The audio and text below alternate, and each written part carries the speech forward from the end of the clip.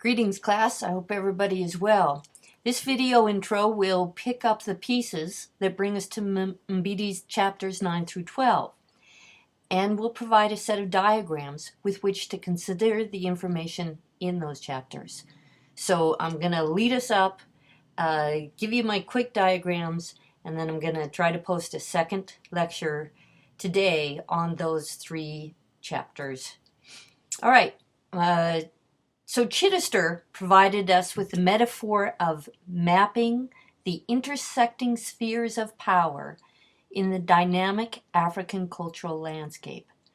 By dynamic, I am picking up on his first and fundamental argument that there never was a frozen set of traditions, but rather humans across time have been brought into traditions with which they navigate, picking up the pieces that work for them and perpetuating the practices that develop meaning, while discarding those that no longer serve the purpose of making sense of one's ultimate significance.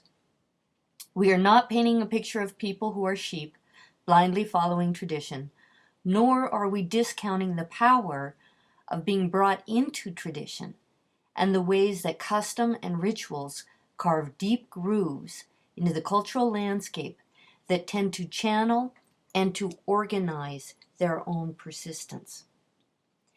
A second important point on this landscape that Chittister showed us, this landscape of intersecting spheres of power, is the prevalence of a symbolism of evil. Generally, homestead and kin are understood as safe, while outside forces, including forests, predators, and strangers, carry the threat of evil. We also learn that if bad fortune visits people within a kinship group, this same symbolism of evil pervades the interpretation of the misfortune, leading to charges of sorcery or witchcraft within a community, and the possible expulsion of such people from the community to the outside. And this question of belonging and expulsion is what we're going to get to in chapter 10 of Mbiti. Now, I want to pick up on an interesting piece here. Chittister notes there are in-between spaces, such as rivers, that function like thresholds between the safe and dangerous zones. We'll learn about one of these in-between spaces in our novel, where there's a space in between two communities, and because it's ambiguous who it belongs to, it is those transition spaces that often become the charged places where a religious sense of identity is coupled with the need to stand one's ground, often potentially leading to violence. And that relationship, remember, we're really interested in how power is at work on this landscape. So these liminal transitional zones become quite interesting. The Latin root limen means threshold, and in religious studies we call these liminal zones. As you read this week, I want you to consider how often we are looking at thresholds in the life of the community and the individual. If you grow to appreciate how important it is to cross thresholds and how often communities ritualize that crossing to keep their members safe, then you will have learned something that will be useful to you for the rest of your life. That is, we might be studying African traditional religions, but as you know, I'm a comparativist, so I also want to relate this to that larger study of human communities and thresholds function across time and cultures.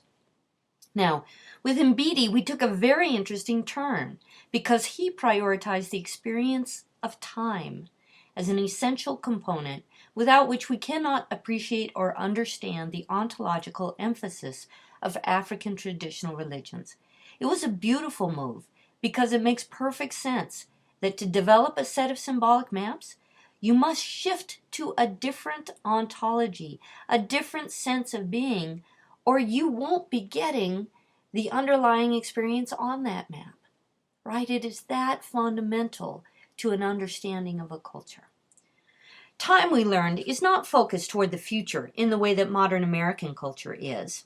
And if you're interested in contemporary philosophies of time, Paul Virilio, 'is a French philosopher who has looked at the dangers involved when cultures have collapsed space and time in the internet world of immediacy. So there's some wild thinking to do comparatively about how space and time function.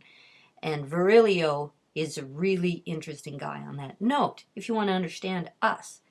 But let's get back to Mbiti and an African sense of time. Rather, because the tradition is based on experience, it is an ontological understanding of the world, right? That's the African ontology and experience of the world. Then the only time that is known is the time of experience and the time of past experience. That is known. Perhaps one considers events like an upcoming birth and other events that are within a 2-year frame, but the focus is not on that which is not and cannot be experienced. Rather, the focus is on the past, and he uses the Swahili words sasa and zamani to symbolically represent the overarching and consistent emphasis on actual time that is found across unique geographies and traditions. Right? So those two words are not found across Africa, but he thinks that they can function symbolically to help us understand a consistent focus across unique geographies and traditions. And you guys did some really nice work thinking about that. Now, last week, we populated this landscape with myriad examples of God's pervasive presence in the material world, and thus his permeating of everyday activities. Mbiti's examples of God's names, how the languages strive to express in words what is necessarily metaphoric or poetic, because it is so vast it cannot be contained in words. His examples of God's nature and being are found in work, wealth, health, and they are all related to that remarkable coexistence of God's immanence, but also the transcendence of human limits. There is a gap, even though there is an immanence of the divine. That's a very interesting tension to keep in place. Then, with the emphasis on spiritual beings, spirits, and the living dead, that is the hierarchy of spiritual creatures, right? We begin to appreciate the way that time is experienced in this richly populated cosmology, because all of these spirit creatures speak of a past that is present. We can appreciate Sasa and Zamani because all of these intermediaries, all of these spiritual intermediaries, carry the cloak of ancient and recent past. So if your world is wildly populated with spirit beings, spirits, and the recent dead, and all of them carry the cloak of past with them, then this helps us to understand this ontology that is focused and weighted with the past, not future directed. Now, let's say we began class with a sleek, I'm checking my time, all right, looks like we'll get there, a sleek plastic kayak. But now, as we populate the landscape that we're traveling across, we begin to appreciate instead an ancient canoe whose keel carries the weight of centuries. The keel writes the community in their journey and allocates people to their proper places, right? Because as keel, it directs your gravity. The keel writes the community in their journey, allocates people to their proper places. It is the past that works as the spiritual population of the world. Again, think about that if you've got a wildly animated spiritual world, but it is a past spirit, that's a lot of weight. It's a lot of keel. For those of you who expressed your suspicions about the idea that a person could easily or lightly discard tradition, I think this point speaks to your concerns. If one is moving in a cultural landscape that carries its past so heavily in the everyday activities of the present, in a world populated by the spirit creatures of ancient and recent past, then it is not easy to discard such tradition. The grooves are very deep, and the pressure to maintain and conserve these traditions is also great. Nevertheless, let's supplement that appreciation of the potentially oppressive power of the past we're supplementing that with the human capacity for innovation and adaptation. Now, especially if a blooming steam engine of colonial contact mows through your region. When we get to our novel, and the men of several communities get conscripted to build the flat and straight road that will promote fast travel through the region, you will see just how deeply such a forward-directed force impacts the fabric and keel of the community. Now, my 3 images, let me just pull them up quick because I have to, is that with chapter 9, our key word is going to be rupture. We're going to be thinking about how the creation story of a past nevertheless tells the story of the human condition because there is a rupture between the plenitude of the creation and the disparity from prosperity to disease that people experience. Let's see what chapter 10 is. Here we go. Oops.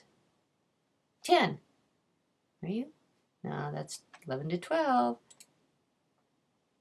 Where's that?